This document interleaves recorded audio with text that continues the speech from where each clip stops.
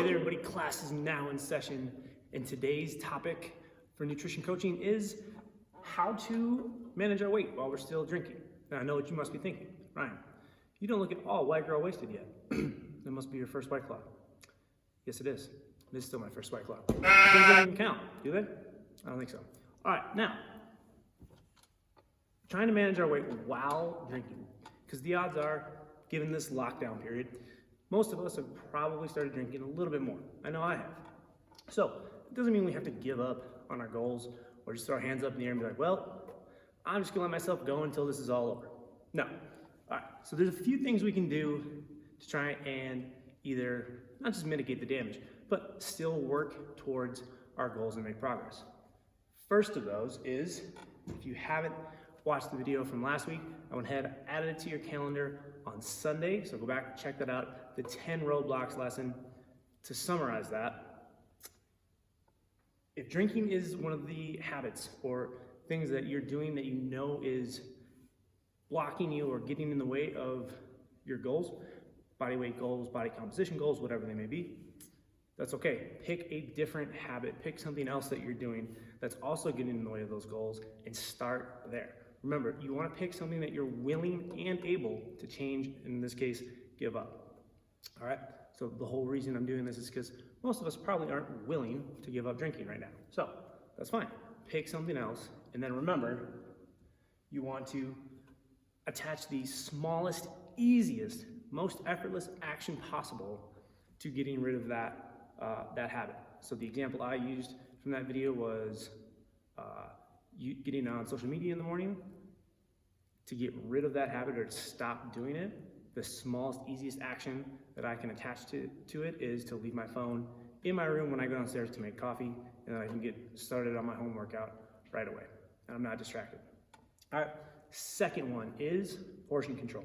Now, let's be honest, most of us probably just grab food, throw it on a plate or in a bowl, and then go to the couch and start mowing down. All right, I know that's what I'm doing. So portion control is, to get started anyway, just get an idea of how much you're actually eating. So there's a very simple way to do this. No scales, no measuring cups, no apps even needed to track any calories or anything like that. All you're gonna use is your hand. All right, it's called the hand size method. I've given this to a lot of people already, but just to summarize, the way this measurement works is for any of your protein, your main protein source foods, think meat, eggs, you wanna go palm size portion, okay? For carbs, starches, potatoes, rice, pasta, anything like that, you wanna go cupped handful portion, okay? So if you're thinking about rice, you could just take your hands, scoop it in the pot, throw the rice on your plate. You don't have to do it like that, but hey, I'm not judging. Then for vegetables, anything that's colorful, you're gonna go fist size portion, and then fats is a thumb size portion. And for fats, you're thinking about oils that you use to cook your food, or maybe add butter to something like potatoes. Okay, so to start, the first thing you're gonna do is just, ladies, you're gonna go one serving of all, or one portion of all of those. And then guys, you're gonna go 1 to 2, depending upon, how you're feeling. You can always add more if you're hungry, but start with that, and then see how things go.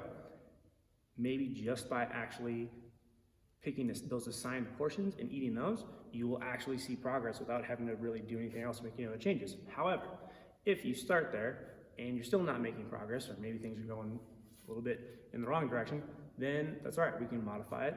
To start, the first thing you're gonna do is just cut out half of a carb serving at 1 to 2 meals. Not all of them, you don't have to give them all up. So that means, fellas, if you're taking 2 cupped handfuls of carbs at every meal, cut it back to 1.5 at 1 or 2 of those meals, okay? That's it, small change. The last one is intermittent fasting. Now this is going to be the most difficult one. I rank these in order of what will be the easiest to do. So this will be the most difficult one. It's not gonna be for everybody, but I know some people are interested in this. Now is a great time to try intermittent fasting. Why? Because we're working out at home, like why not?